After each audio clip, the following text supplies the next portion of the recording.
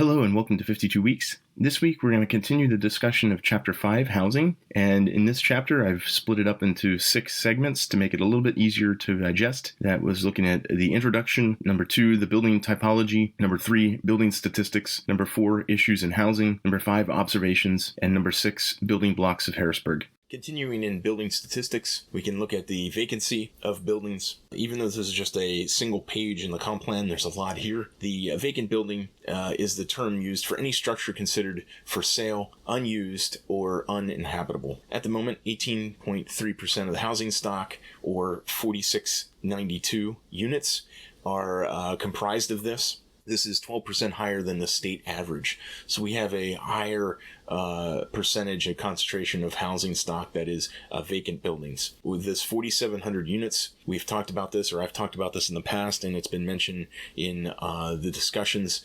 locally within our neighborhoods, is how do we address this? And so that's one of the things in the comp plan, is to look at these extra units that are out here. Why do we continue to build either new housing or focus on new instead of understanding how to support our community and build the existing that's already here? The vacancy, Harrisburg is only 8% of the total MSA, that's the Metropolitan Statistical Area population, and that is approximately 50,000 people out of 570,000 people from Harrisburg-Carlisle area. So in that, 20% of all total vacant areas in the MSA is in Harrisburg. And so essentially that works out to be 250% of its share. Harrisburg is picking up all of the vacant housing within this metropolitan area. Here is a heat map of where that is happening within the area. The demolition of condemned housing will have little effect on overall vacancy. Currently there's 263 condemned buildings listed. This is back from 2016, so that probably has changed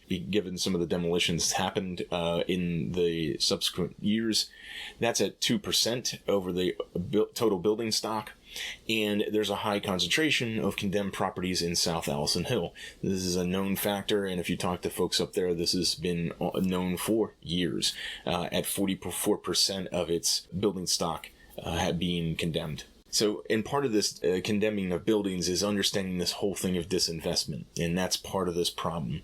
This is where it's fascinating to look at the buildings and understand from a neighborhood point of view, where we don't want to lose more buildings. All right, we want to be very careful on demolition in the buildings, and it's very easy to say, well, these buildings are old, they need to be demolished, or they're unsafe. I get it. But from a value point of view, of embodied value from the very beginning, that's something to be questioned or scrutinized. And this is a critical thinking part of thing, is like, okay, what is it that we need to invest? How it's invested? The idea is that what you lose in the long term with the community is very, very important. I've known this from working in Philly, working in New Orleans, and working in Boston. This is a critical item because what gets replaced is not necessarily better. So we look at the idea of contributing buildings should be carefully assessed for restoration. This is a neighborhood process. This is small area planning and participatory planning that's been talked about, and we continue to talk about how do you set the structure up. The contributing buildings are ones that increase the streetscape and neighborhood continuity. These are ones where, if it's mid-block or on the corner and means has a lot of definition of the streetscape. We talked about streetscape before. We talk about a non-contributing structure. This is one that has no impact on streetscape or neighborhood continuity. So we have a building that's vacant,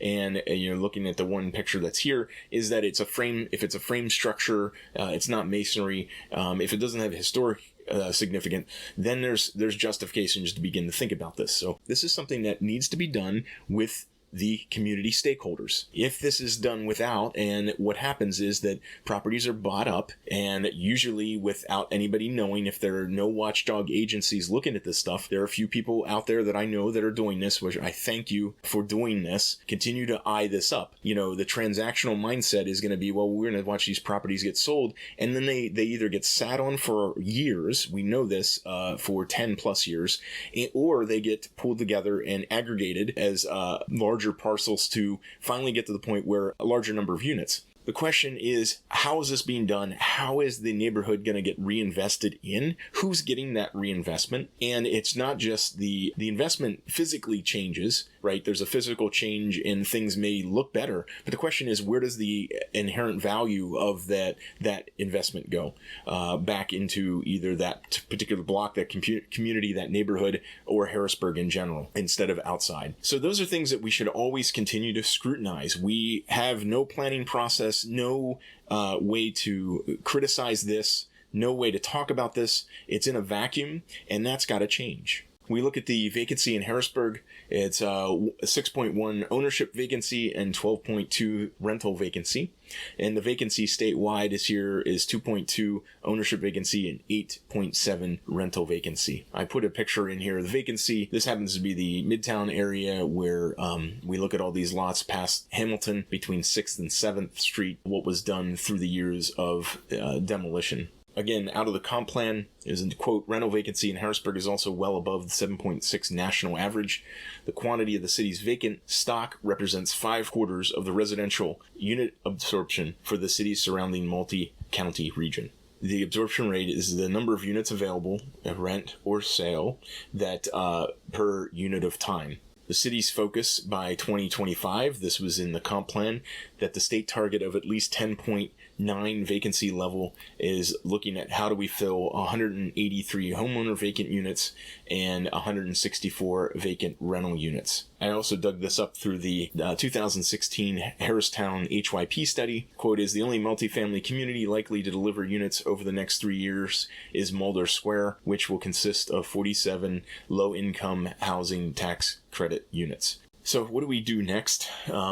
This needs to be looked at and considered within a community advisory group. I know this has already come together within the city. I think more needs to be done. I think more residents need to be involved in this process. So two of the areas that the comp plan really hones in on, the target investment is suggested at the city's eastern bluff, which is the Allison Hill Terraces. See a little aerial photo or 3D view from Google Maps. This is connected to the transit-oriented development investment surrounding the Harrisburg Transportation Center. So this is going to be a key area. We already know that the Paxton Creek watershed development, that plan has already been out there. We've got some bridge from Mulberry Street. We've got Market Street. All these elements within this, and the YMCA that's on the hill as well. Another area for targeted investment is the State Street corridor. This is focusing on revitalization and collaboration. This is critical because even within the Vision Zero stuff that's happening, this should all be pulled together, not just as something that's separate. So the thing to say about the Vision Zero is that is a design issue or design flaw with State Street. So the way State Street is designed, it's going to continue to reinforce high-speed movement. And people only see that if you look at who comes in and out of the city from the suburbs. That's the thoroughfare that's used. The collaboration would be great to see the 4 C's in operation. We've got the state working to address the streetscape, the pedestrian and biking infrastructure that's necessary because of the state road. And then the city needs to facilitate reinvestment in the surrounding housing stock, as well as improvements to Reservoir Park. So this has to be in a holistic approach and mindset. This is one of the things we look at the building statistics, some of the areas to be focusing on. We'll continue on the next discussion in the areas of blight